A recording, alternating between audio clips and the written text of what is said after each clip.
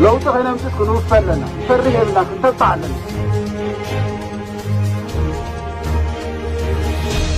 سلام أبرح حقن كأروان تركبوا تحدث ቴለቪዥን ኤሪሳት ከመይ ቀኒኹም مأعلى سلسي أجبرحي نحب فرحي بيفرح سلام كبرات تخاتتلتي تلفزيون إريسات كمي قنيخم أنا ركابل هنوك بحال لما عندها مس غازت أنيا هنوك تخلق كوينا نزنا لهم مدب عدالنا لكم مالنا نالوم غاشانها تتابقيت سباو مسالات فانيسا تسهايه كساب مودعتها مسانا حابيركم كتنحوها بخبري يعدمكم سلام فانيسا انكو عدحان متاخر ناب تلفزيون إريسات. Thank you very much. Good. So عدحان متاخر Vanessa. Today's interview is going to be in English. And then hopefully next time we'll do in Tigrinya. Before we start our today's interview, I'm going to do a transitional music. And then after that, we're going to come back and then we'll do the interview. Okay, so let's play this music and we'll be back. لو بزمنا ممزنني حدا جigna ፖለቲከኛ ዝባሃል ወይ መራሒ جigናኒ ሃገር ዝባሃል ብስለት ኣእምሮ ዘለዎ بسلات بوليتيكا زلو سلام زنبرين أفتاو زغير فتاوتو زبزح رحوق زلو زقرب برها خوينام برد زوات أوتو زلو نوع عادسو سلام سايتا وادا دارو زبل زغورين تليون زنسل زتبدلين تليون زغير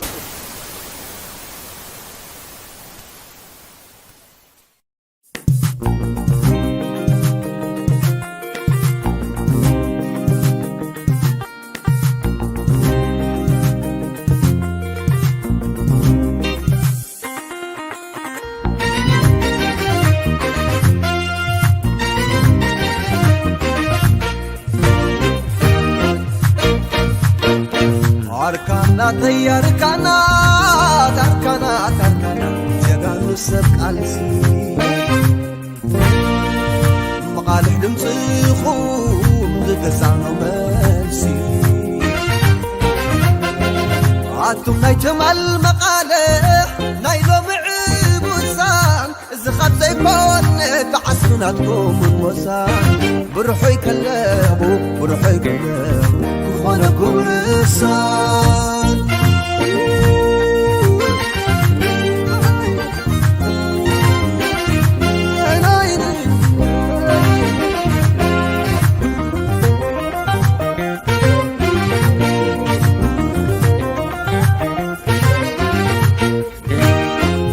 أركانا تي عدي سب تاريخ ساقيا على بحراتكم ساكازني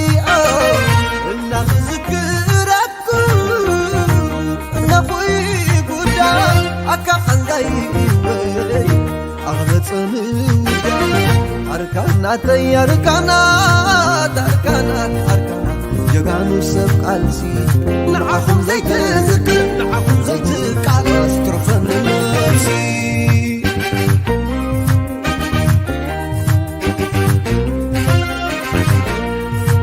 أنتم وياتاتي من حاجر الهسب كول تلكمنا هندبات الوزب دمتقوم طعموس من وحشان أي مبارك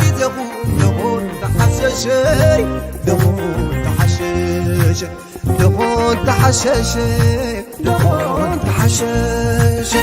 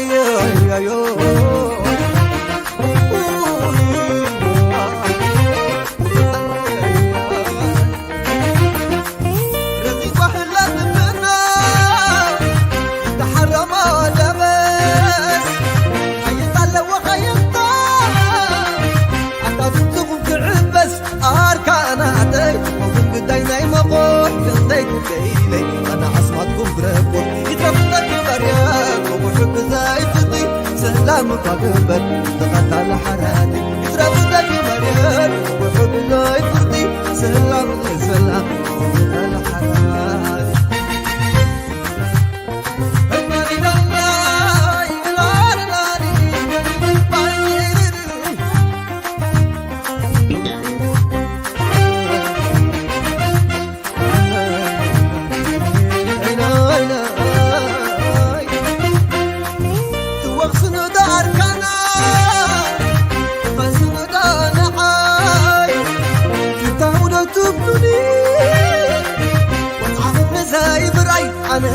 يغلكم يبزحلون كم كما يفلس دمو كتامو قيل شتاما أركانا دل يرازن زمر يتعب سمر ربر فناريهم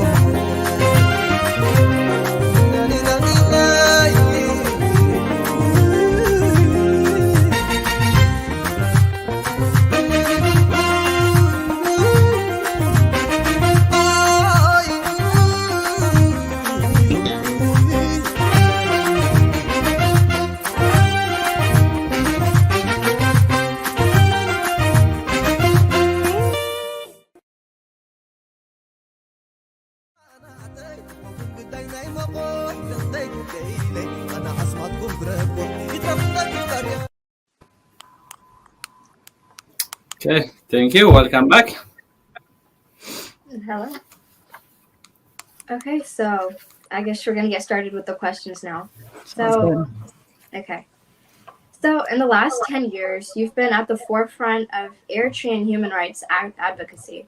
And I heard that this started off when you were 15 years old as a high school student. And I'm sure by now that a lot of people know who you are, who Vanessa is. But there's not much about you personally, like as your personal life, your work, your studies.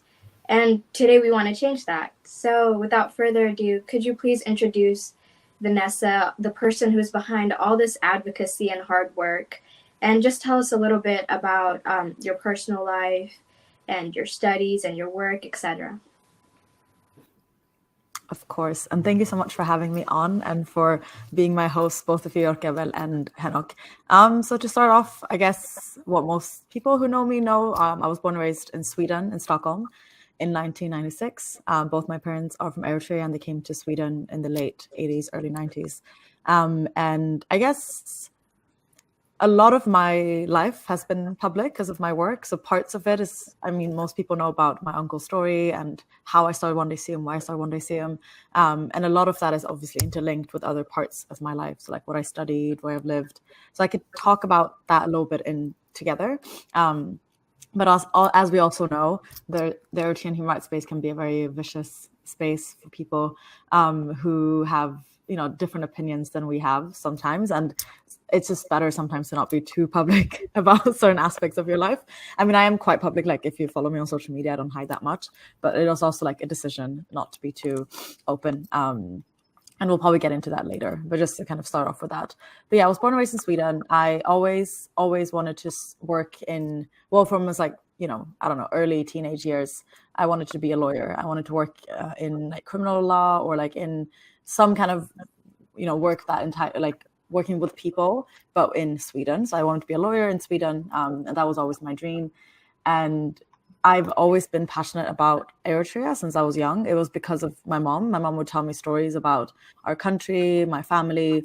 I visited twice as a child. A lot of people say on social media that I've never been to Eritrea, and I try not to engage too much with certain people's engagements because they're usually very just harmful and hateful. But that's actually something that is not true. I've been to Eritrea twice, and those two visits formed a large part of how I view the country and how I view my responsibility towards it as well. Like my relationship of going there as a teenager and going there when I was younger as a child, and like how I was perceived and how I was in relation to what was happening there. So that was very formative for me, those two visits. And then my mom's storytelling growing up. And so when I started in my final year of when I was 15, I had already been a part of this Amnesty group at my school for quite a long time. And what we did there was what most people who know about Amnesty would know, is that people who are members in different capacities, either in school, in high school, universities, outside of those educational spaces, you get these campaigns sent to you. So we would get a campaign, for example, that said, this is happening in Kenya, and you can sign petitions and you can gather petitions. And then we would do that one day, and then that would be sent back, and then that would make a difference because those signatures would be used for something larger. And for me, that was my introduction to activism. And once I found out what that was and that was a thing, I was like, I want to do this for my country. Like, I want to do this for Eritrea, because I was spending all those years, I'd say at least 3 years in school, from like 12 to 15, doing that. And that was something that, I really, really cared about. But I cared more, of course, about my own country and my uncle. So for me, that was my transition from like wanting to be a lawyer and wanting to work for people, but then understanding that I wanted to work specifically for my people. So I've always been very passionate about justice, about the law, about human rights, and then kind of going from like the broader like interest to realizing I could actually do something for my country. And so I was 16 when I started One Day CM, not 15, and it was in high school, and I decided to just model it after what I'd learned with how Amnesty did campaigning on like low level, like schools, high schools, and started the group in Sweden, and we mobilized students mostly in the country, and then slowly but surely started growing outside of the country as well. So I did that in high school. Then I studied law in London for 3 years. And I also worked as a journalist. Maybe you want to ask follow-up questions now. Okay, that is really interesting. Just a full disclaimer, for the people that didn't know, Yorkabel is my daughter. She's my oldest daughter. And she's going to be 17 now. And the reason that we are doing together this one is because Vanessa inspired us. She's been at the forefront, and she has been advocating for not only for her uncle Siem, but for every Eritrean, for every injustice in Eritrea. So we want to be together with my daughter because she's been a real model for a lot of young Eritreans, not only for Eritreans, but also for all of us, not only for teenagers or young people. So today, being doing this one with my daughter, I'm hoping that other young people will also get involved into the injustice and then all the stuff happening in Eritrea, because at the end of the day, Eritrea belongs to the young people like your Kabel, Vanessa, and others.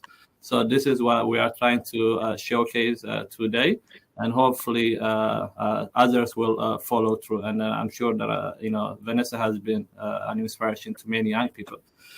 So having said that, I'm going to go to my question. As you've been said that you start at the age of 16 when you were high school. And obviously, parents are always protective of their kids, I'm sure, if your couple would have to ask me, I'm going to do this and that, you always want, to protect your child. So it's not easy, being also as an immigrant parent. So how was your parents? Are they supportive of you? And then also, how does activism affect you? Once you started, how does it affect your life?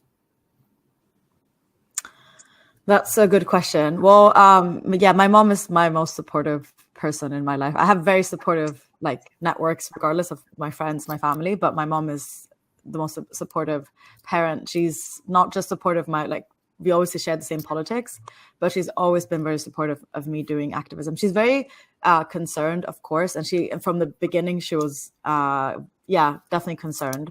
And obviously with times it's been much more it's gone up and down with treatment from other people, harassment, abuse, stuff like that. So as any parent, she gets concerned and worried. But as a whole, she's very supportive, very proud. And also it's just like my soundboard. We discuss issues all the time, ideas for campaign, ideas on situations, and all of that. And I think even the fact that I started with an organization, I think at that age was less about also having the ability to do so, but also kind of believing I could do so, which is quite I'm not saying it was difficult to do, but the idea of starting something that big and then not being scared of what that would mean and pushing it and believing I could do anything, that came from my mom as well, because she's always just been very you can do anything you want, basically. Never made me hesitate. And I've tried so many different things because I've had that confidence from my mom. So yeah, that's very crucial to my work.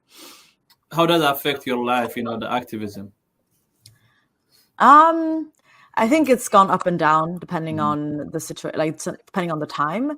I think at the core of who I am is this burning desire for justice for my people. Like, I can't separate it from who I am. So I've never wanted to been like, okay, I'm going to do it for a few years and then I'm not going to go back. I've definitely had taken breaks. Like, there were times when I was at university and I had exams every day for 2 months. And I knew that if I prioritized my activism, it wouldn't make a difference to the activism, because we know that the situation is like very dire and it's a very long-term game. But if I take time from my work and my studies, it's going to affect my studies. So I have to make those decisions all the time of like, what's more crucial in this moment, both for me, because I have to survive as well as a human being, but also for the movement as a whole. So I'd say it's a balancing act.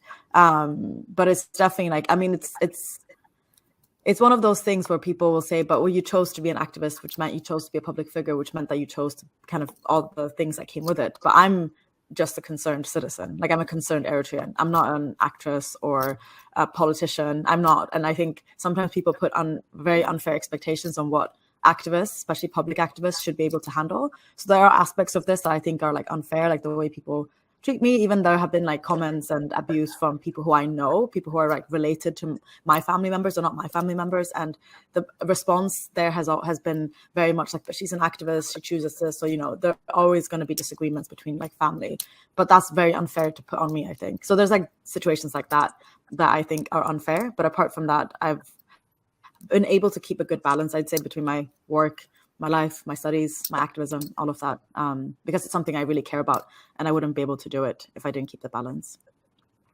That would be interesting, yes. Yeah, it seems that you go through a lot of struggle, but the support system you have is amazing. So that's why you were able to start. So going on to the next question, the main reason you even started activism was because of your uncle, right? Tsehaye. And for those who don't know, Tsehaye, he was unjustly detained with 10 other Eritrean journalists in 2001. So what can you tell us about Tsehaye and his character, his work ethics, and his family? Of course. Tsehaye is a journalist, a photographer, and who was a very vocal critic at the time, and of course remains a critic, but behind bars now.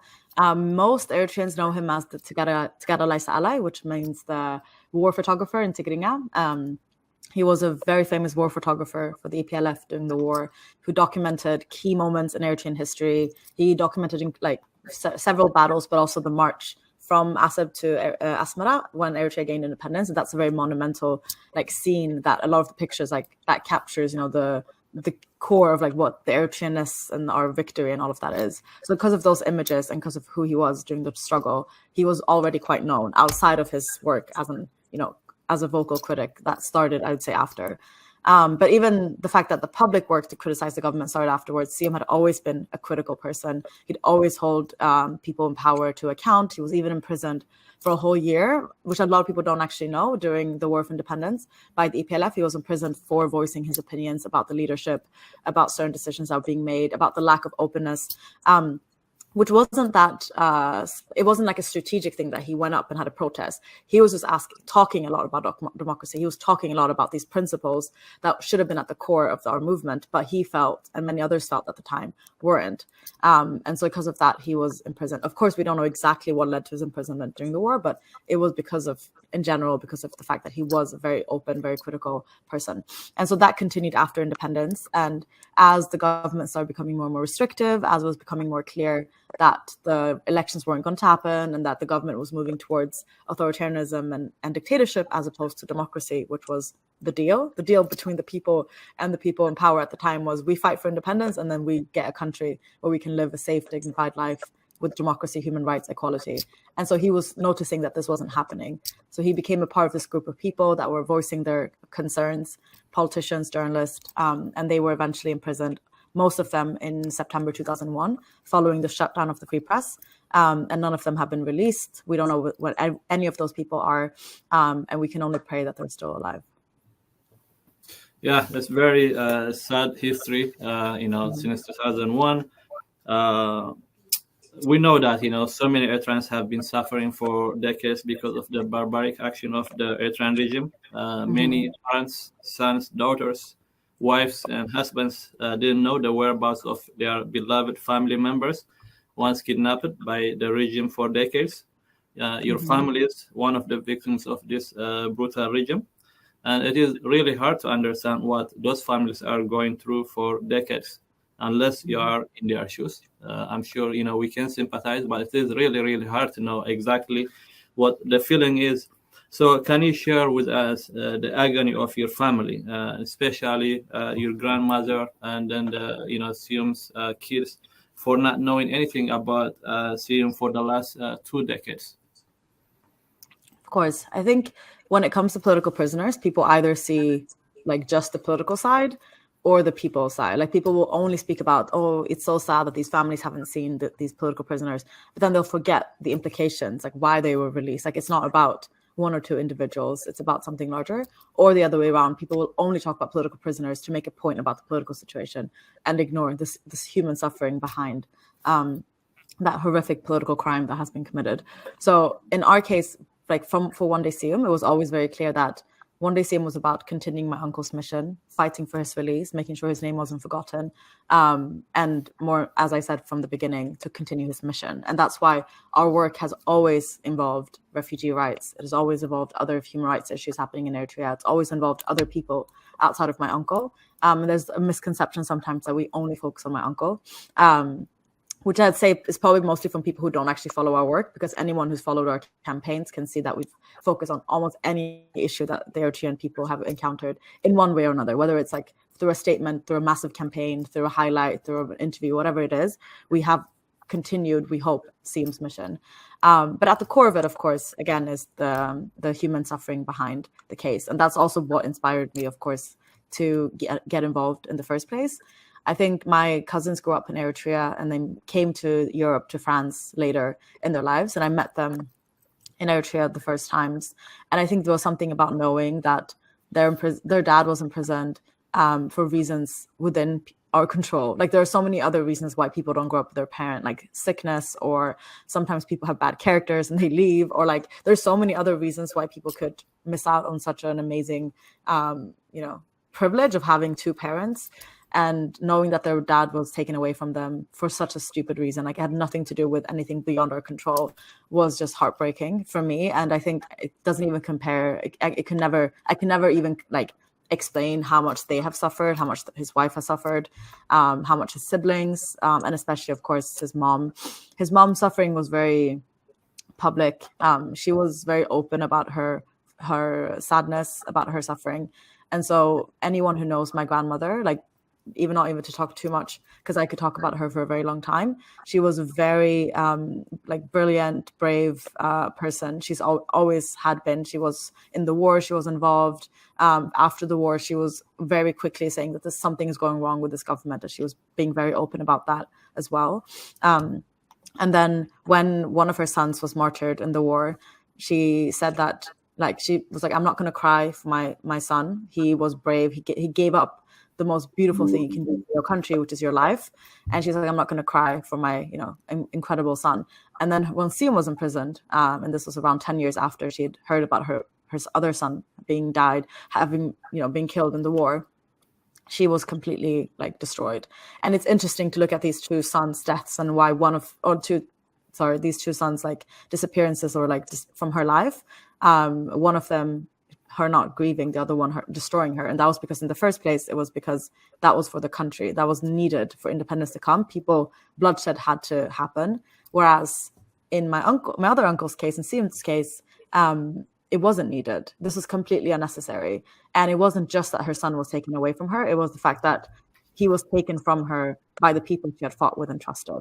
And that kind of betrayal must completely, I can't even imagine how much the devastation that causes a person, especially someone who's given up so much to fight with these people, like gave up all those years to fight in the war, all the children that she kind of sent to the war to fight as well, all of the sacrifices she had to make, only for those people that she gave all the sacrifices for, that she thought she was going to gain from, to completely betray her. So she was destroyed for the last 20 years of her life. She passed away last year. She was in a kind of indefinite mourning period where she was always waiting for information. She always had a radio on in her house. She was always like calling out officials, not just about her son, but about the conditions in the country. She was brave. She was brilliant. As I said, she was all of this throughout her entire life. Everyone called her Jigna. Like that was the only way they described her. I remember when she passed, everyone was crying so much. And it wasn't because of age. She had lived a long life. It was the fact that she died heartbroken. And everyone knew it. And the fact that someone like that who'd given up so much was betrayed by the people she had trusted, only to end up in her last minutes heartbroken is, yeah. And I think that speaks to the heartbreak many other mothers face. She was one of the last mothers of the G15 and the journalist to pass, actually. And I remember we were trying to figure out who was still alive and who would be still alive when they are released in the future. Because now it's been over 22 years and many of these mothers are getting old. And so, yeah, that's just a snippet of the suffering families are suffering right now. Yeah, I mean, this is a really, really sad story. I know that, a lot of Eritreans are suffering. We know that not only just journalists and then political leaders, but, the country is a massive prison, A lot of people disappear. Nobody knows where, where they get detained and everything. So this is our story, This is, Eritrean story, and it's very, very sad. One thing that I would like to ask is, if you ever met, Siyum, what was your memory? What was something that always came to your mind? Maybe you met them like in person or on the phone, whatever, but is there something that, it's always that you remember about Siyum that if you can share something? No, I've actually never met Siyum. I went to Eritrea 2 years after he was imprisoned, and we couldn't go because I was born in '96, and then when the war started, or when things were getting a bit, obviously we couldn't go then. And then we couldn't go because some family stuff was happening in Sweden. So I didn't go until 2003, unfortunately. So I've never met him in person. But of course, I've heard so much. I mean, I grew up hearing about him. I grew up hearing about him from people who knew him, like my mom, everyone around me. And then as I've continued my work in the past 10 years, I've continued to hear story after story. And it's one of the most consistent kind of like character building I've seen from outside of a person themselves, like someone who's not here with us, but the same kind of stories, the same kind of characters being brought up, for me has been very confirming to feel like, okay, I feel like at this point, I'm very close to who he was before he was imprisoned because of all these people who keeps retelling me the same kind of stories. What is the story that as you say, been obviously, Siyum, as your uncle been, especially after his kidnapping, you may hear a lot of things about him. What is the story that really resonates with you? That's something that makes you, I should have met him, or, he shouldn't be in that prison. Is there something that, really touches you that, you can share with us? Yeah, of course. I think from he's my political hero. I think what I respect the most about Siyum, not as his niece, not as his family member, but as an Eritrean, as a human being, is his relentless pursuit for justice. He doesn't care. He genuinely doesn't seem to care about the consequences, as long as what he's doing will benefit a larger group of people. It doesn't even have to be himself. It could be in a different lifetime. And I think hearing stories about that and seeing how he's not willing to compromise for the larger potential picture. And seeing, for example, when the disabled veterans were protesting in Eritrea and they were shot down by the government, he was one of the few people who wanted to speak about it, who was speaking about it and was protesting what was happening. And same thing happened when the students were protesting at the Asmara University. He was covering it. He was amplifying their voices, calling for their for support for them. Again, did not care about what that would mean for him. And I think hearing stuff like that, those are just two very big stories, but even hearing smaller stories like that, hearing how he communicated with people in power without any regard of how they would treat him or what would happen to him, that for me is extremely inspirational, and again speaks to who he was. And people really liked him. I think obviously being liked can be subjective. Some people have a harder time appealing to larger groups of people, but I think the fact that so many people who've met him share some similar stories of how good he was with them and how he communicated so nicely, and even people who were fans of him and they met him briefly and the way he treated them in those short moments, just I think speaks to his character. And also someone who I spoke to, a foreign journalist who was in Eritrea just a few months before Siyum was imprisoned, and he interviewed him. And I asked him what stood out for you in his interview with him. And he was saying that I completely understand why the government would imprison someone like him. He was he's charismatic, he's smart, he's kind, people like him, he's fearless, he will not stop by any means. And that's of course why they imprisoned him. And I think that characterization speaks to who he was. Yeah, go ahead, Yorkaba. Yeah.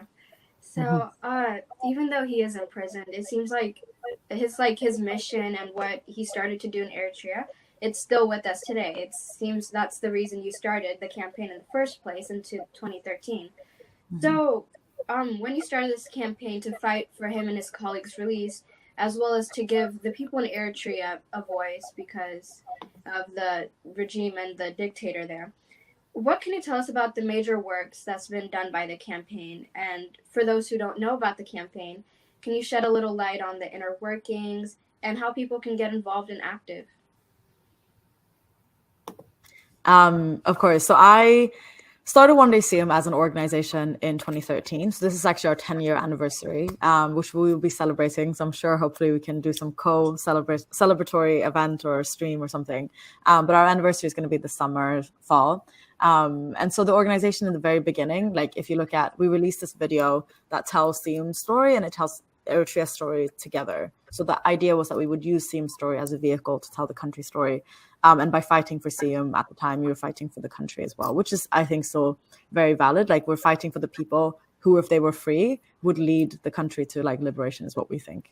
These people who were in prison in 2001 were in prison because they were seen as a threat. They had the capacity, they had the skills, they had the like people support to kind of do something. So that's what we were saying at the time. And the idea was that we would, again, use these stories to raise awareness about what was happening in Eritrea and to mobilize people to get involved. So we started off with that, and we were campaigning mostly around like the situation in Eritrea as a whole, around political prisoners, and then more and more on refugee issues, and then getting more specific within Eritrean human rights issues as well. And it became, I always wanted to mobilize the diaspora. That was always my plan, my dream, but people didn't want to get involved. In 2013, people were very scared. It was not as publicly acceptable to be anti-government. You didn't have to be pro-government necessarily publicly, but if you were anti, it would mean you could get isolated from your community. You would face a lot of abuse, just like you do now, I guess. But there were less people who would support you or who'd be on your side publicly. And although people would say sometimes like, oh, we would love to support, but we can't do it publicly, there weren't that many. But the few Eritreans that were active, we would obviously get to know each other online. And we would build alliances to work together online. But then we were mobilized agents. So we mobilized a lot of Eritreans at schools across the world. We did it. I went to an international, so whenever any of my friends or classmates would travel somewhere, I'd give them like flyers and they would mobilize people where they were. And that's kind of how it started. And then we obviously did our campaigns and we did our work online, and we mobilized people. We did media work. We did a lot of TV interviews, a lot of like our own productions, like videos, podcasts, and stuff like that, to raise awareness, to mobilize. And it wasn't until the peace deal in 2018 that we started mobilizing more and more. So at the core of what we do is mobilize Eritreans and allies, non-Eritreans, to raise awareness about what happens in Eritrea, to campaign on issues, both to continue raising awareness and to provide solidarity, but also to campaign on issues where we think we can make a difference. So if there's an issue where we think, okay, there's something where we can push here, we try to mobilize around those issues specifically. And then what we also do is provide refugee support services to Eritrean refugees in different places. So people can call in on our website, on our Facebook page, and we'll pair them with a volunteer, and that volunteer will help them navigate whatever issue they're facing at the moment, both if it's like an emergency issue, if they're like in some place where they need help, or if they're people looking to, develop their skills and start studying or find a new job, or whatever it is professionally that they need support with. So I'd say those are the three like pillars, or like four pillars: mobilization in terms of like getting activists, mostly young Eritreans involved. We have members meetings, we mobilize people, we have like group chats, we kind of keep that social side. And then what we do with those people is campaign, raise awareness, provide support services. And so yeah, I would say that's the summary of what we do. Okay, that's good. Do you have anything follow up? If not, I will keep going to the next question. The One Day Seum, I heard that. I just want to know if that's true. All the volunteers are girls. Is that right? No, that's actually not true. But okay. I'd say a big majority of our membership are women. Okay, that's. So I was really wondering that, like if that's the case, then why would it be, But okay. So I mean, okay. Why not? No, I'm kidding. I No, think, of course, why not? But I was wondering that our men are not involved. Now what is going on? But now you just it's like news. I'm glad. No, that let me explain. Actually, I can explain. All right. So, I mean, also something I forgot to say before what we do, because we do production work. So we did, as I said, we have like we do like videos, we have podcast episodes from the past, but we're starting a new podcast now. And then we also have a magazine that we started 2 years ago that was called 2001 Magazine, that is aimed to kind of continue the work of the journalist from 2001, of course, after the Free Press was shut down. So that was one of my favorite projects that we've done. And so it's on our website. If anyone's interested, I can send the link as well. But yeah, just that being said, Wandisima has always had a majority, I'd say, of young women. I think partly it's because, one of the reasons I think it's really important to have like diversity in like high leadership is because it inspires other people who want to get involved. Like if you're an opposition group and you're only middle-aged men, you're more likely to attract only other middle-aged men, because that's the people who like you know their language, they see you, they think, oh, like someone who's like my peer. And I think similarly for me, the fact that I was the same demographic as most, as these other people, these young Eritrean women, they saw me and they're like, oh, this is someone who's like me, who speaks my language, who I would want to be in like community with. And same way when we have other like, young Eritrean women also taking up space on our social media pages and other things like that, that shows that we're many of us. And if you're like us, you can join, which is not to say other people can't join, but I think that's how like those group like creations usually like start. And I think that also helps explain why a lot of opposition groups look the way that they do. It's not very inviting for someone who doesn't belong to that group or who doesn't feel invited by that group, whether that's through language or this behavior, or even like similar interests. Like our meetings are a bit more, the same way our meetings would be if I was hanging out with my friends, but with an agenda. So that also is a bit more inviting to other people. But we have many great male members as well. But in our executive team, we're just women. Okay, the executive teams are women. Okay, that's not a conscious decision. It just happened to be that the people who were best equipped and who wanted to give that, do that, were women. Although I would encourage people, actively putting women on their executive teams and boards, if that's not already natural. But in our case, it was natural because we were naturally in a very, space that was inviting to people of different, like not just men, basically taking up all the space. So I think that's a good thing. Yeah, I mean, that is a good thing, but while we are on this topic, we know that women are the backbone of our struggle, not, even like the armed struggle. Without women's participation, probably you don't know how long would it take, for, that armed struggle to, for the independence. So how do you see women participation on everything that we do? Do you see a lot of women in a different, like even within the opposition, within the activism? Do you see a lot of women? What do you expect? How do you see it? I mean, I grew up like my first political, outside of my uncle, I always say the person who made me an activist was my uncle, but the person who like showed me what activism in the Eritrean space was Madonna Stefanos. Like she, for me, was the epitome of a citizen who's doing her duty in whatever capacity that she could for as long as she could. She, for me, has always been like my political hero. And she always calls herself like my activist mom. People think she's my real mom, but she's my activist mom, which means that she's, fostered me within the Eritrean like activism space. And I grew up with a lot of, in the space, because I was still, I guess, growing up as a teenager. There were other older Eritrean women who were taking up space, who were brilliant, who were hardworking. And I think their work spoke for itself. The fact that they could work individually or even in community with others, but they stood out. I mean, everyone knows who these women are. Like anyone, if I speak about Madonna Stefanos, all of these like women, people know who they are, but that doesn't mean that they have been treated in the way that they should have been, that they've been scrutinized equally to other people in the movement who are men. It doesn't mean that within the largest Eritrean groups that people like them have been able to take up the space that they deserve, or that within other groups, that means that they have like also had women in those positions. It just happens to be that we have women who are brilliant, but I think that doesn't reflect how our space looks in general. And I think that's a confusion sometimes people have, that just because we have women who are great, our Eritrean human rights opposition space is open and like conducive to women as well. But if you look at our largest like opposition groups, even platforms, YouTubers, all of that. Like a lot of times panel discussions will be just men, or if you look at events, it will be just men or predominantly men. Even if you go to like certain like opposition events, you'll see most men being on the stage or having the key roles, and you'll see most of the women, even the women who are part of the organizing group, people who are equally like, you know, a part of that political mission, are in the kitchen or serving the food, or even like, you know, doing some other roles that are more traditionally like for women. So I think there's a lot of work to be done, like structurally within our movement. But of course, there are brilliant women doing incredible work.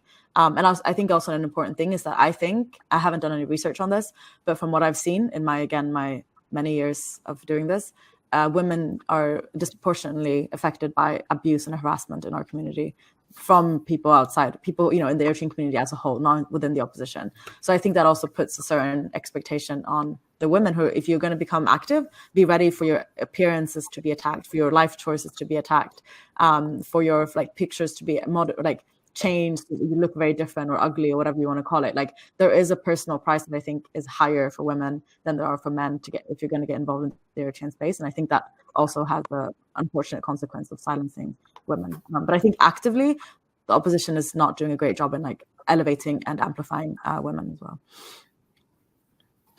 Okay, yeah. Go ahead, your cover. Okay, thank you. So you started your fight for activism because of your uncle Sion, but you've grown over the years, and now you're fighting for every injustice that occurs within Eritrea. And in the past several years, you've also been fighting passionately for and campaigning for the release of Siham Ali. So what can you tell us about her that resonates with you, and what do you want to tell the people that you found out about her, or something that you learned? Sure, thank you. So I remember very clearly seeing Siham's case on Twitter around the time it happened, and I was thinking that something seemed strange. I was like, what's happening?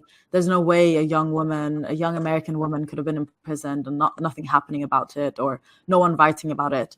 And I think at the time I was definitely naive to how much people outside of Eritrea cared about Eritrea. And I also think a bit naive to how well our movement functioned, because like if that would happen today, I'm hoping at least we're better equipped to deal with something like that, and we would respond as a stronger community. But I think at the time there wasn't a great like mobilization around her case, and that made me wonder what was happening. But very clearly and very quickly I was like, this is definitely not something complicated. It's someone whose dad left the government, and the government seems to be holding her in, you know, to punish her father. Like it sounds even maybe complicated when I say it, but for anyone who follows Eritrean human rights and the situation in Eritrea, it's not necessarily a unique situation.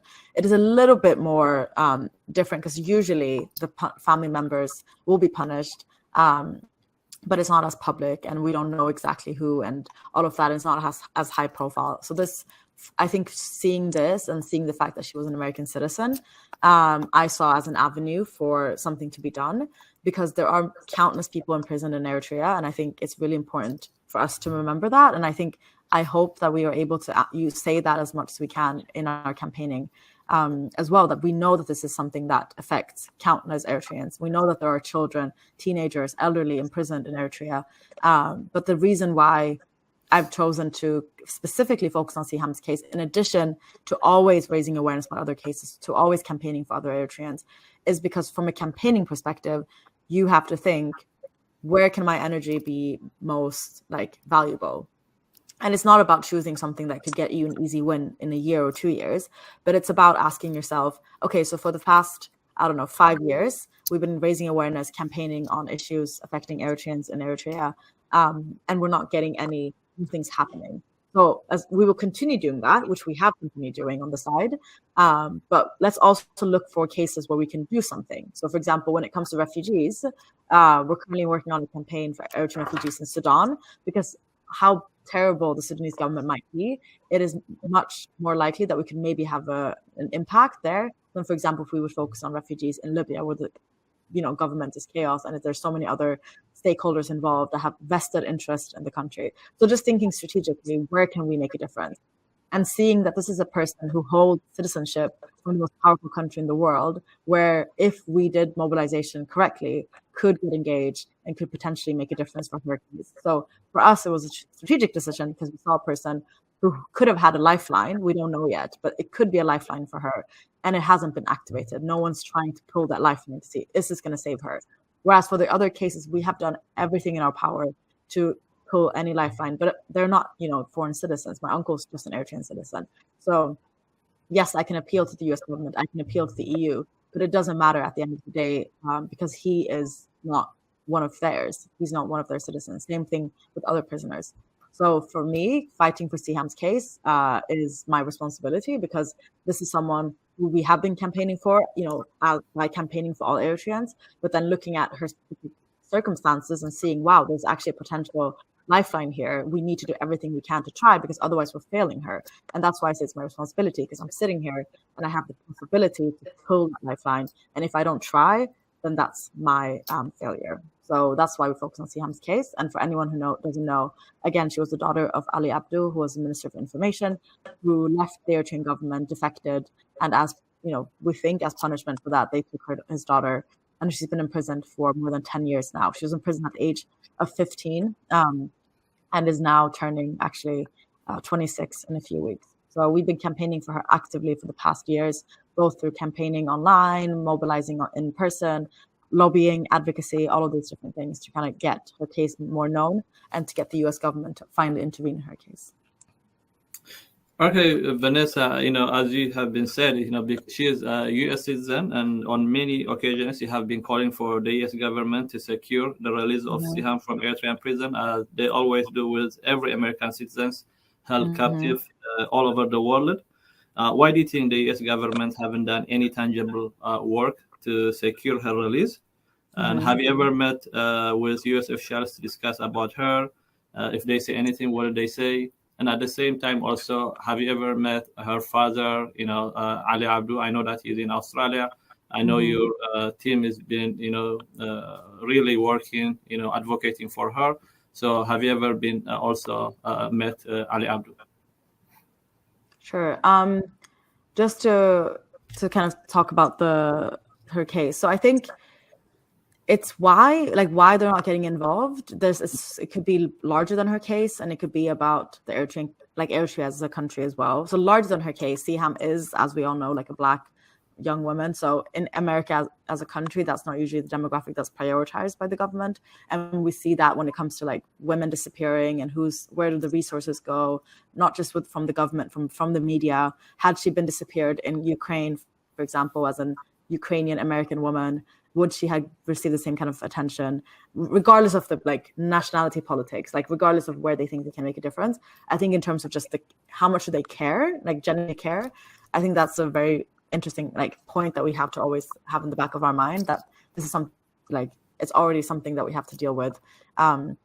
In addition to her being from a country where there's not a lot of change. So the other thing is also the fact that Eritrea is not a country where the government is open to conversation and is willing to compromise. So how much space has there been for the US government, if they have done something, we don't know everything they've done, so of course, to actually do something, and how much is that deterring them from trying? If they think, okay, it doesn't make a difference what we say, which is obviously not the way that you should do these things. You should always try, but that could also have factored into why they haven't prioritized her. I think in addition to all of those two things, some of her representatives come from areas with large Eritrean and Ethiopian populations. And I also think that there have been hesitations to upset those demographics by speaking out too loudly about Tsehaye. I don't know how much that could be founded. It's just a speculation because we have to speculate at this point because we're not getting any answers. I don't think Eritrea is I know Eritrea is not a priority country, and Eritrea is mostly only relevant to the US and many other entities in relation to Ethiopia. And for that reason, her case would not be priority because it doesn't really relate to the security situation with Ethiopia. So I think it's a priority issue as well. Politically, it's not really important. And I definitely think the lack of pressure on them to do something has helped them get away with not doing anything. There's not if they fail to do something in any other area that there's no public pressure and awareness around, they will be shamed to acting, at least if that's something they can do. And if it's just lack of priority that's keeping them from doing something, if there's not around shame, or enough shame, then that could maybe make them want to get more involved. And I think the fact that there's not enough pressure on them. They're not getting shamed or publicly like called upon to do more has definitely helped. So a big part of our mission has been to elevate her story and making sure people actually know that she exists, both within our community, because a lot of Eritreans, especially young Eritrean women, didn't even know who Tsehaye was, that she was imprisoned. I remember our first campaign for her in 2019, 2018, was massive, because instantly people were like, we had no idea. Even many of our own members had no idea who she was. And then each campaign we grew and grew and grew, and it became, now it's like most Eritrean young people, especially young women, know who Tsehaye is, at the very least. And then we collaborated with Amnesty on a big campaign for her as well. And so now we have over 450,000 signatures demanding her release, calling on Secretary Blinken to release her. So now the next step is using those signatures to kind of pressure the administration to get involved. So it's a slow game, because we're trying to build up that awareness, that anger, that pressure that they're hopefully going to feel on social media, on like their email box, on their phone, because we've done a lot of calling campaigns as well. It's something that we want to be profiled enough in the media to be something they're feeling, okay, we keep getting asked about this, what are we doing? And also we have these signatures that will strengthen that pressure. So it's very much about building up that case and pushing as much as we can. I can't really speak about engagements with the US government so far on the case. All I can say is it's very slow. It's definitely not a priority, and it shows, and it's very sad considering that she's a young person. I mean, she's a human being, and she has family who misses her, and seeing how little that she's prioritized is heartbreaking. And yeah, I can't really speak about, I mean, her family, we communicate with her uncle is the representative for the family, and everything we do is with consent from him through the family as well. So that's all. Okay, that's good. That's fair enough. Yeah.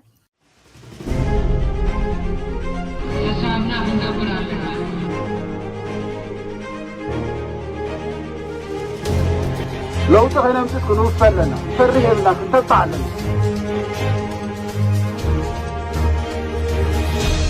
سلام ኣብ ርሑቕን ቀረባን ትርከቡ ተኸታተልቲ ቴለቪዥን ኤርትራ ከመይ ቀኒኹም?